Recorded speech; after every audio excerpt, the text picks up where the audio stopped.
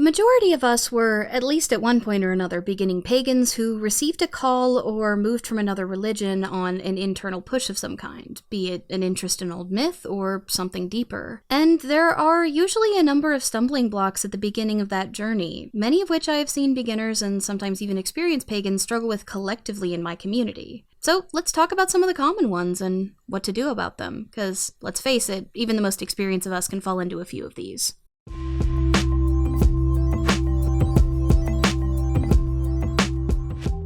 Karate. One of the things that has astounded me over the years of running my Xenia Bridge allyship community and putting work out for this channel is just how many of the struggles we have as beginners are shared between people and sometimes even between traditions. This video is organized a little differently than most of my long-form content as a list of shortfalls with commentary in between rather than in large grouped sections the way my long-forms usually are. My comments are meant to both share my insight as someone who's been on this path for almost a decade and to help folks feel less alone in their struggles. Heck, even experienced pagans can fall into these mental traps, so it'll be a good refresher even for folks that have put some miles between themselves in the beginning of their path. I'll likely make reference to previous videos on some of these topics, and YouTube only lets me make 5 iCards, so if one doesn't pop up, I'll try to use exact titles so you can find them on my Common Hellenism playlist, and there will be links in the description for them. If you're new here, welcome. Hit the like if you enjoy the video, and consider subscribing so you don't miss future videos this year. I've got some really exciting stuff coming down the pipeline. For example, I'm working on a video on hubris, hopefully for the beginning of February, and just had to pick up over $200 worth of out-of-print monographs on the topic. If you'd like to help cover my monthly channel costs and the cost for research materials like those monographs, link is in the description to my Patreon. There's also a link to Ko-Fi for a one-time donation. Though, don't feel any pressure if times are tough at the moment. Trust me, we're all struggling. Without further ado, let's get into it. Number 1. Drowning in research and avoiding offerings. This is one of the most common struggles I've seen in Hellenism specifically, though many reconstructed pagan traditions seem to share it, and I can see why. We have a ton of work surviving from ancient Greece, and a lot of translations of the ancient works are widely available, albeit at varying levels of quality. One can easily get overwhelmed with the sheer volume of primary sources available, let alone the deluge of scholarly commentary on these sources and papers on the archaeological evidence. There's this drive to know everything,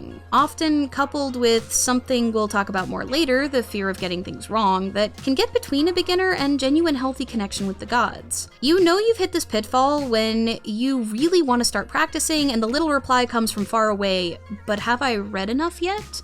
Do I really understand this? That isn't to say you should just jump right in with zero research or introspection, but the hamster wheel of endless reading can beckon and it's all too easy to lose your goals to it. Learning about the traditional structure of ritual, especially because a lot of the sources we have on traditional ritual heavily focus on polis festivals, which were big productions with huge offerings, can also cause a kind of overwhelm where new people feel like every ritual they do at home has to be a grand show of beautiful prayers, song, and dance, or at the very least a big long complicated reading from one of the Homeric or Orphic hymns, which, don't get me wrong, they are beautiful, but they were also composed for big festival events and typically weren't people's daily prayers. As I covered in my video on prayer, link is in the iCard for the updated version, most prayers done in ancient times were likely short, albeit it's still in the tripartite prayer format of invocation, argument, and request. If every ritual had to last an hour in ancient times and include a full-blown recitation of the Homeric hymn to every god for which one survives, do you really think that ancient farmers would actually perform rituals at all? It's always good to give a small offering of some kind, be it a libation or a devotional, and purify before approaching the gods if you want something from them. But if you're just giving thanks, then a quick purification is all that's required. If you're not able to get to an altar but need help immediately, say you're stuck in traffic and ask Hermes for help getting to work on time, a promise of an offering later, which is fulfilled, can replace an offering for the time being. I pray and offer nearly daily, and most of my rituals last less than 15 minutes, and I offer to around 6 to 10 gods most days.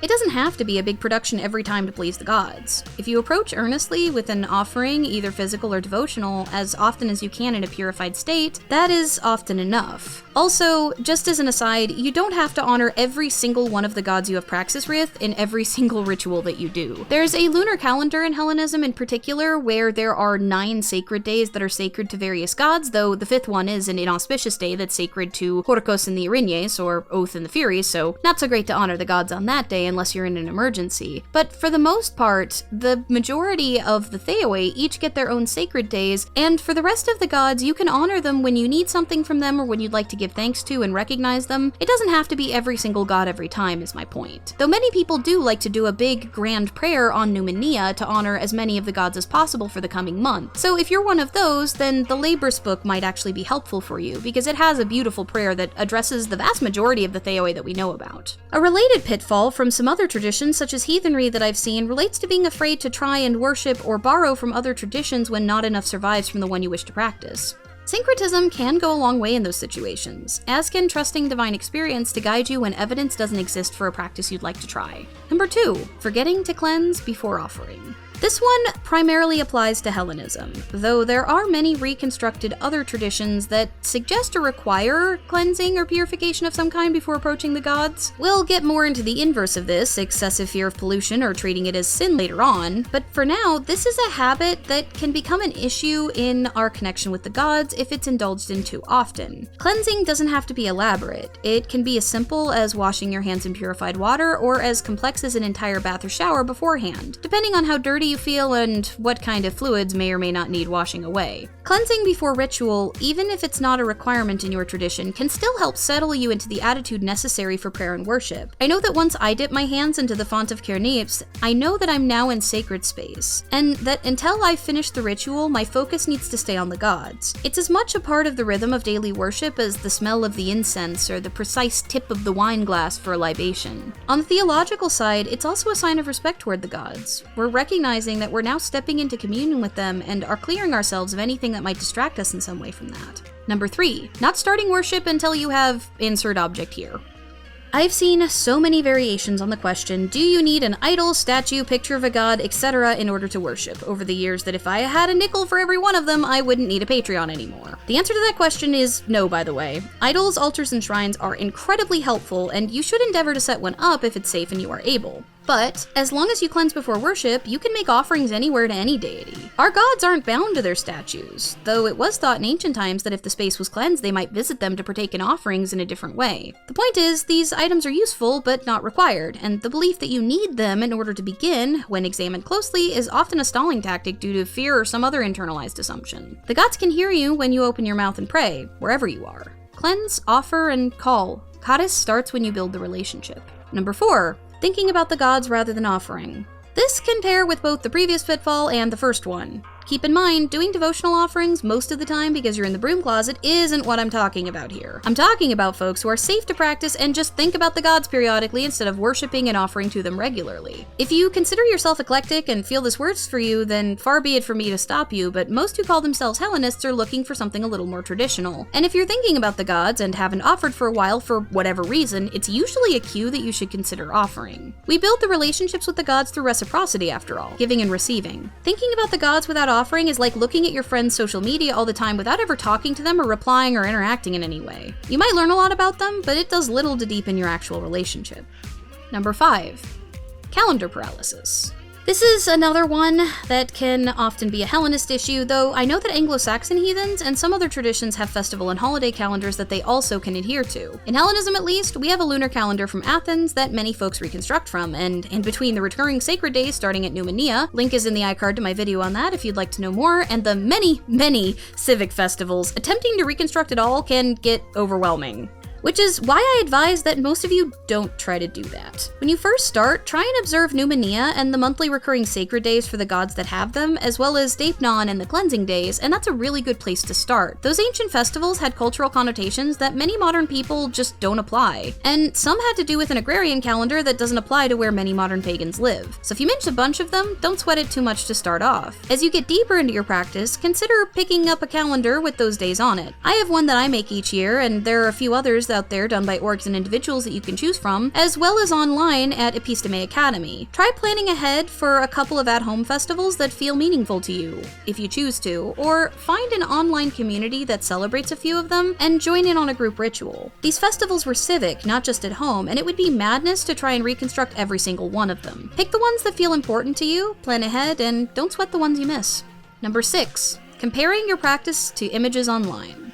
When we're constantly surrounded by curated, glittering online feeds and images, it's really easy to think that those pictures are the average day-to-day for all worshippers. I'm talking about the gorgeous altar images that you might find on Reddit or Instagram, or the elaborate rituals someone might perform for YouTube or TikTok, with piles of offerings on the altar the size of a kitchen table and full recitations of the Homeric hymns. In reality, for the average person, the altar is probably the size of a small end table. For some traditions, a small pile of stones outside where libations are poured. A lot of pagans don't even offer daily, and when they do, it might be a stick or two of incense, a couple of libations poured into a glass, and then into the garden outside, or on a walk away from prying ears. The majority of pagans don't have the time or energy for elaborate rites and massive offerings, and that's fine. As I mentioned earlier, if ancient farmers had to give massive piles of bread that they had to haul to collective ovens and then burn every day, they probably wouldn't worship. The records we have show that libations were typically just a few drops of liquid, often poured onto the dirt floor or into the hearth fire. They weren't entire glasses of wine unless they were koes, offerings for the underworld aspects of deities. More on offerings given in ancient times in the iCard.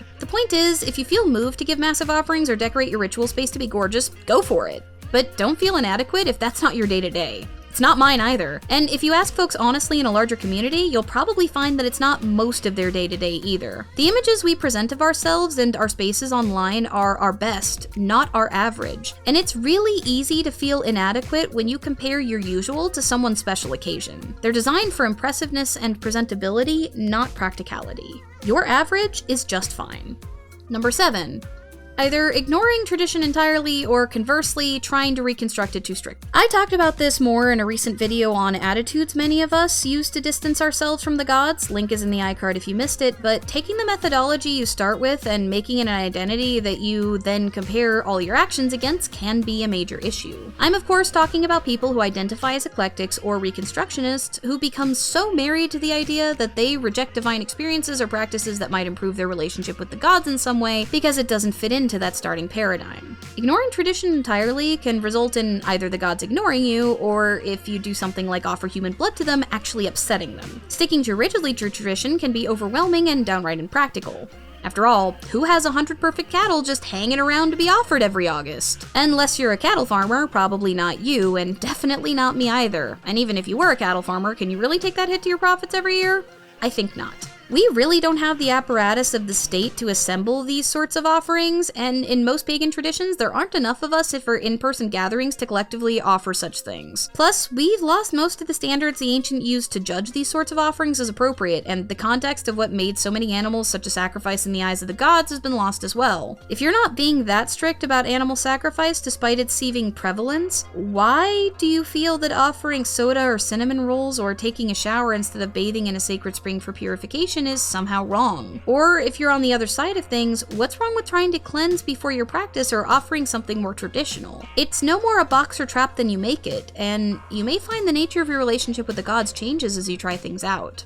The key, of course, is striking a balance that works for both you and the gods, and that often requires a mix of old and new. Keep that in mind, and that as you grow in your practice, the paradigm you started with might still be your foundation, but your focus might shift. Again, I covered that more in that previous video. Go check that out for a deeper dive on this one. Number 8. Being too afraid of hubris. Hubris in the modern day is often applied to excessive pride, and although that's a component of ancient Greek hubris, it's a lot more complicated than that. Hubris was a legal term as well as being a character flaw, and latent Christianity often twists people's reasonable concerns about doing something offensive to the gods into a fear of self-confidence of any kind. I plan on doing a whole video on how hubris was defined in ancient times, but suffice to say that apart from bragging that you're better than the gods or demanding blessings in an entitled way without any reciprocity, most of the things under that banner are pretty hard for modern worshippers to do unless they're like serial killers or something. I don't think most of you have any intention of sacrificing a family member to the gods, performing non-consensual acts on another in their presence, or boinking in their temples, stealing from a temple, or claiming you are one of the gods. Though we will get to that one in more detail later on down the list. Number 9. Being too afraid of Agos or miasma.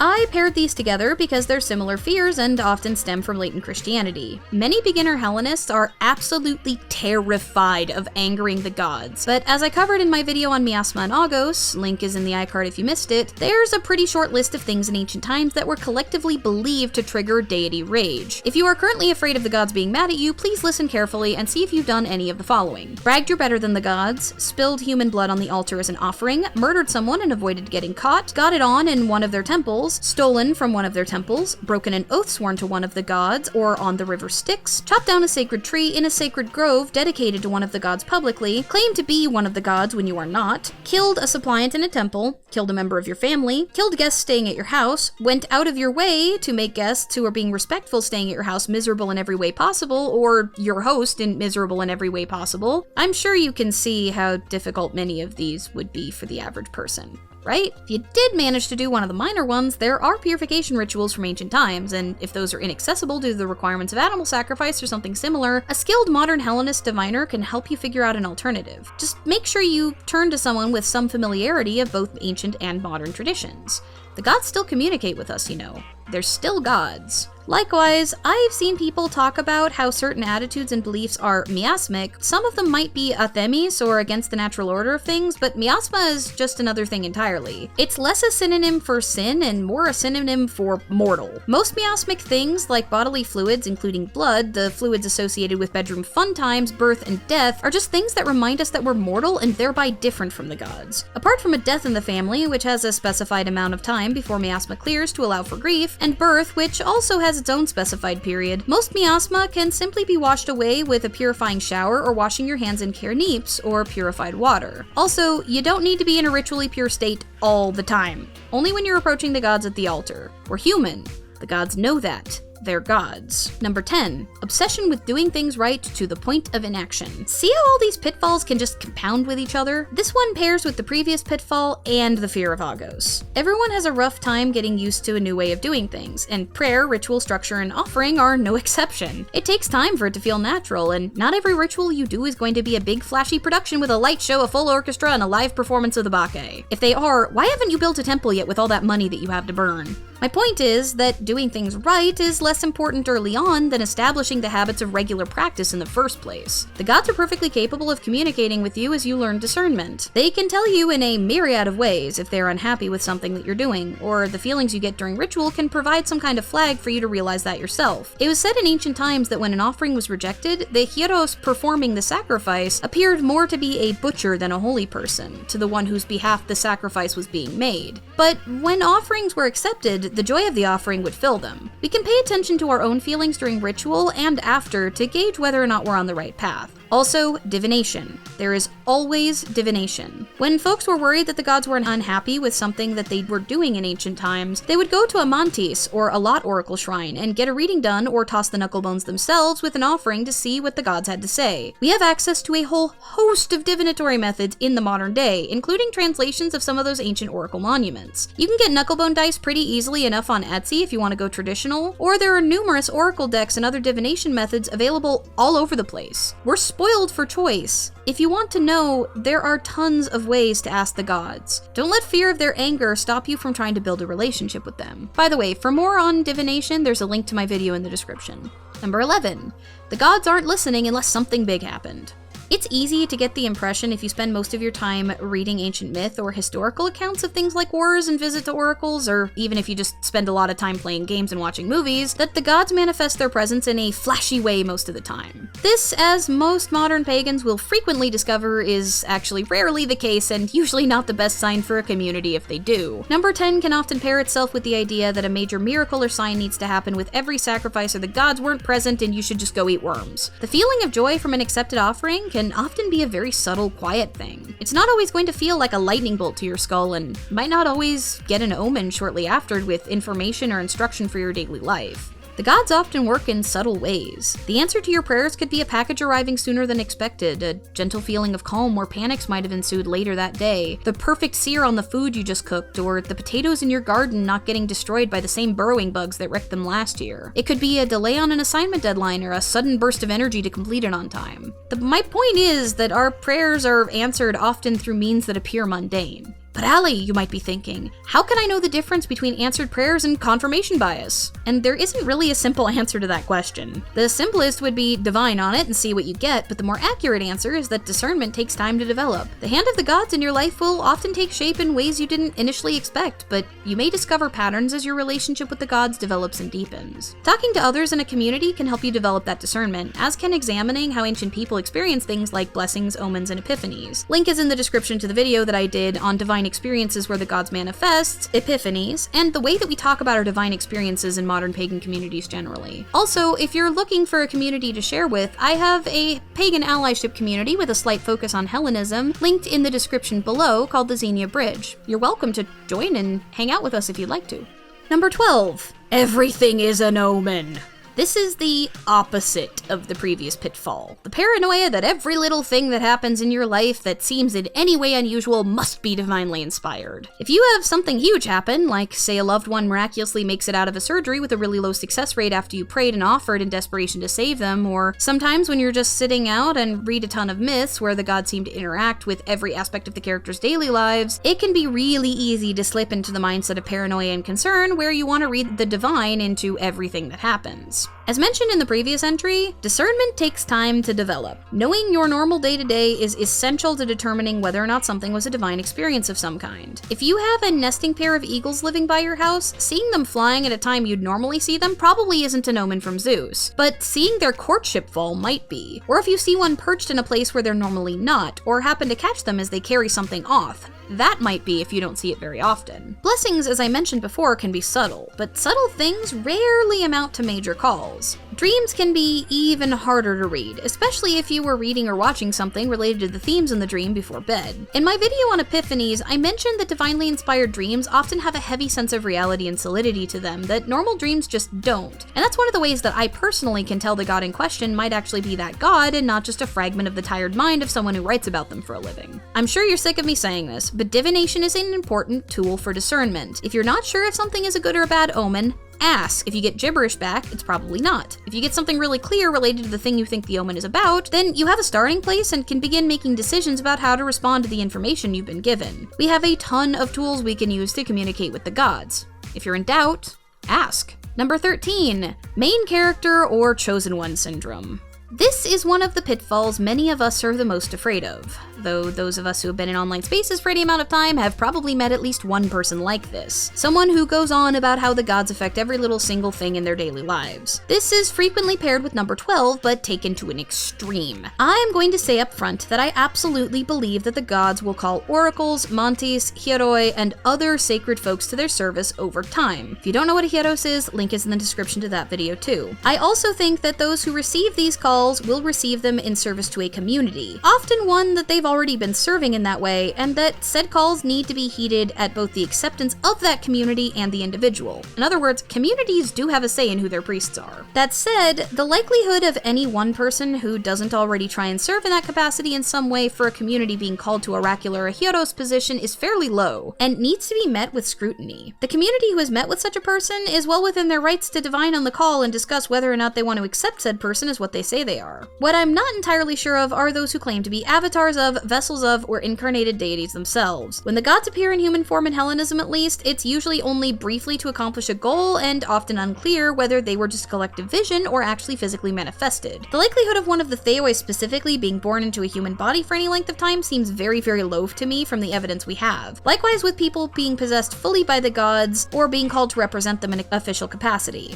A hieros or hiera, on the other hand, is a ritual officiator who may also make sacrifices for the protection or benefit of a specific community which they serve, maybe serving a specific god as well, depending on how these positions play out in the modern day. They're not a religious authority or the final word on that deity, and anyone who claims that should be met with heavy scrutiny. It's a position of service, not of power. If someone is treating the position like it confers authority or power beyond organizing and leading ritual, that's a red flag. Oracles also have very, very strict purification requirements. I'm not entirely sure how many could even be called in the modern modern day, given we no longer have the apparatuses that trained them in ancient times, nor all the standards that were applied. The gods can teach us, but again, oracles wielded a lot of authority, and if someone claims to be one, massive care needs to be taken in examining the claim and determining whether or not to accept the power that comes with it. Is the person maintaining what we know to be the purity standards of ancient times? When did they perform their readings, and how? What god do they claim to channel? What was the process by which they seemed to receive that call? How does the community that they're claiming to serve feel about it? As for Montes, skilled diviners with strong relationships to the gods that are willing to perform their services for others, often with compensation,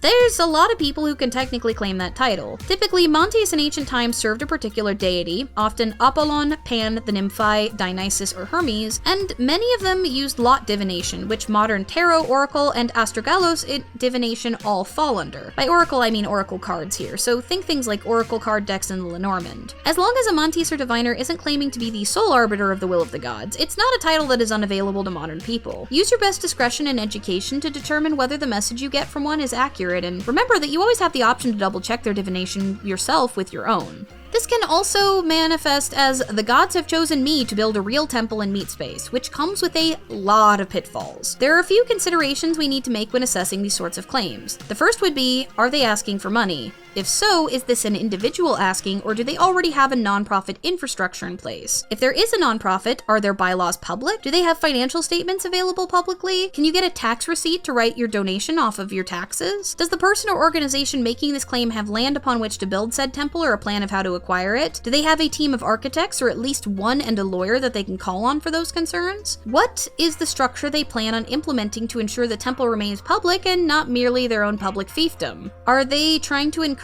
people to move to that area, regardless of whether or not the area may be conducive to or safe for pagans and vulnerable folks? That point can often be one of the signs of a cult starting. If they are, what kind of trust are they placing the land in? Who decides what it gets used for? Who's in charge of maintaining the temple grounds once it gets built? What about the actual rituals and ceremonies that occur there? Who's in charge of determining what these are, how often they happen, and what occurs there? What safety and accessibility procedures and access do they have in place to deal with potential problems that may come up? What kind of first aid staff do they have on hand if there's any sort of overnight visits planned? What qualifications do the staff members entrusted with enforcing safety procedures have? What about disclosures like food allergies and the like for extended gatherings? These are all perfectly reasonable questions that are very important to ask. If there's only a vague allusion to starting a nonprofit without mention of who would be chosen to run it or how it would affect the rights of the land, it's important to stem your excitement until more details are ironed out. That said, sometimes the gods do call on us to do certain tasks. The more mundane something is and the less work it will be, and the less people that are affected by it, the more likely it is that the call to do that thing is harmless and there's no harm in believing the gods are directing you that way. The more people something affects and the more effort it is, the more questions should be asked and scrutiny applied to avoid chosen one syndrome. Number 14.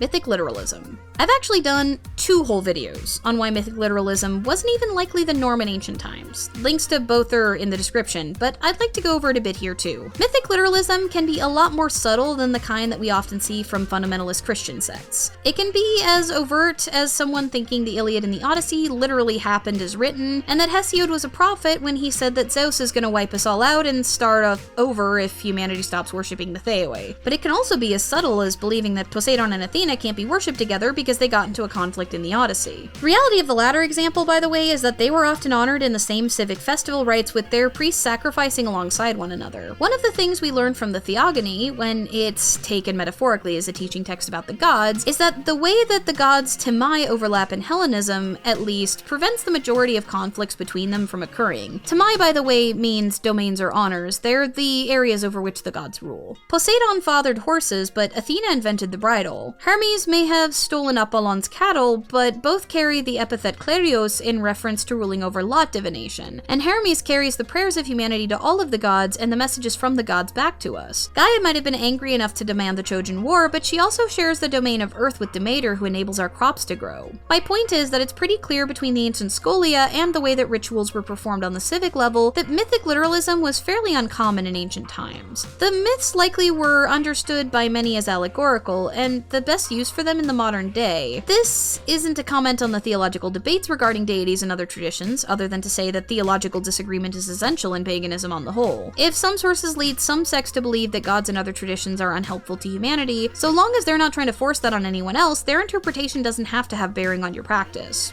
That said, some interpretations may have more grounding in both the ancient culture and the ancient language the myths were originally written in than others. It's important to have a grounding in both before doing exegetical work. Otherwise, you may be led to conclusions like the one regarding Athena and Poseidon if you ignore the practical evidence from the surrounding culture in favor of the mythic interpretations. Myths can be useful for discovering how things were done and what people believed, but it's essential to properly contextualize those things when coming to your own conclusions. Number 15.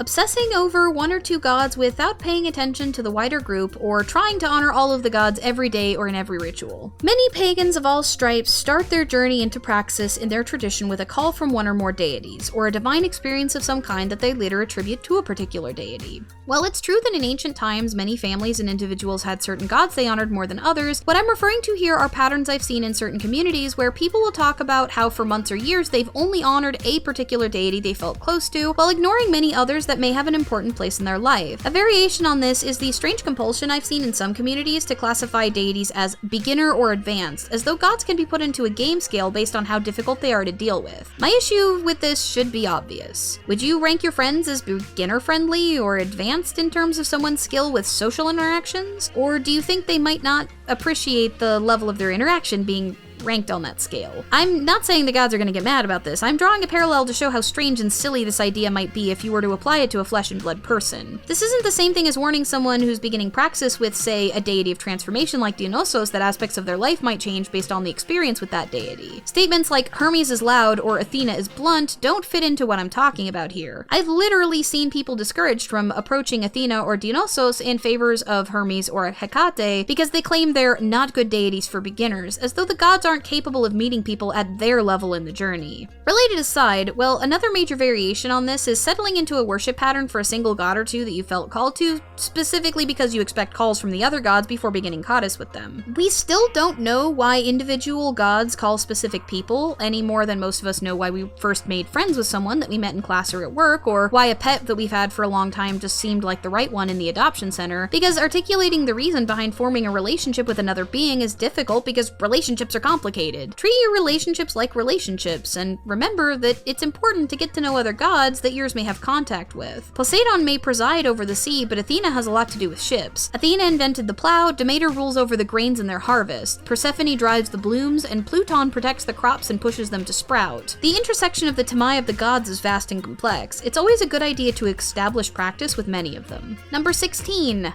I'm not doing enough for the gods. I did an entire video on this fear, link is in the description if you missed it. Many people struggle with daily offerings. While daily or at least weekly offerings are a laudable goal in many traditions, trying to do offerings when you think about it or have the capability to can often be enough to begin with. That doesn't mean purposefully laze off if you have the spoons, but if you're struggling with mental health issues or just don't have the funds right now, the gods are gods. As long as you make the effort when you can, they likely understand the struggles you're facing. Number 17, afraid to trust the feeling that something went well. This relates back to discernment as we discussed from earlier. A lot of beginning pagans are terrified to believe their own positive feelings after a ritual or offering. It often relates back to Christianity, where a priest or prophet was often the one who told you whether or not you were still walking in the light of their god. Even in ancient times, though we did have oracles in Montes and Hellenism who could double check if you were worried, the ancients repeatedly wrote about the positive feelings associated with successful offering. These could be as subtle as the peace from the burning incense or as joyous as erupting into spontaneous song or dance. Learning to trust these feelings rather than doubting them later can go a long way toward helping motivate you to maintain Goddess in the long run. After all, if every worship session is punctuated by the anxiety that your feelings make you a lying liar who lies, how the heck are you supposed to want to go back to the altar next time anyway? Allowing yourself to enjoy the process can help steel your backbone during the hard times when you need to ask for bigger things from the gods. Goddess is built over a lifetime after all.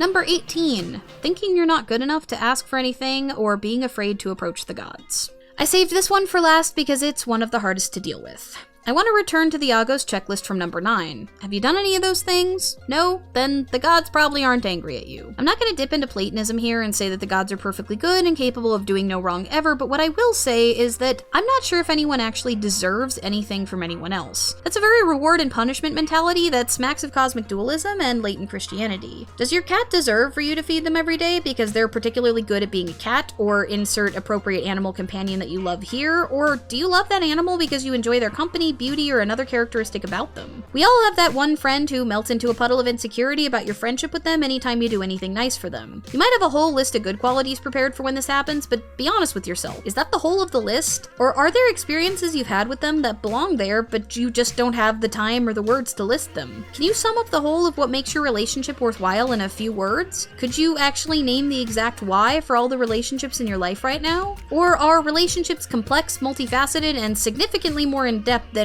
what is happening right now? When you first made friends with someone, did you judge them for every word they spoke or misspoke? If you went and did something fun together that they weren't good at yet, did you judge them and make cruel remarks when they messed up? Or did you patiently help them get better so you could both have a good time? The gods are so much bigger and older than us. Think about the patience that you would have with an inexperienced friend or even a child or pet you're fond of, then multiply that by billions. The gods don't help us because we deserve it, though aspiring towards virtue and discipline and working toward building cars with them certainly doesn't hurt. They give to us because they are so generous, and that's part of what makes them worthy of veneration in the first place. They're so much larger than us, yet they wanted to have reciprocity with humans for generations. That blows my mind every time I think about it, and I hope it gives you something to consider too. Plus, when you're so focused on what you do or do not deserve, you're not really focused on building reciprocity with the gods. So this one's a bit of a double-edged sword that just cuts you either way. I'd consider ditching the belief if you're holding on to it for some reason. So there you have it, the most common mistakes I've seen beginning pagans make through the lens of Hellenism. If you're new here, judge the subscribe button as unworthy and go find the like buried in the research and remind it to offer. Drop down into the comments, and if you feel safe to do so, share with the community which of these you've fallen into and how you pull yourself out of it. Tell us about other struggles that I might have missed too if you feel so inspired. We're stronger together after all. Special thanks also to my patrons. I've been struggling since I went to long form at the start of last year, as releasing only twice a week cut my income in half, and being more specialized with the issues of the economy, I just haven't had as many new patrons signing up to make up for it. I'm grateful always for the support of all of you as you keep the lights on and the monthly bills paid for the services I use to keep making these videos. May the cycle of reciprocity between us ever remain positive. And remember, we're stronger together.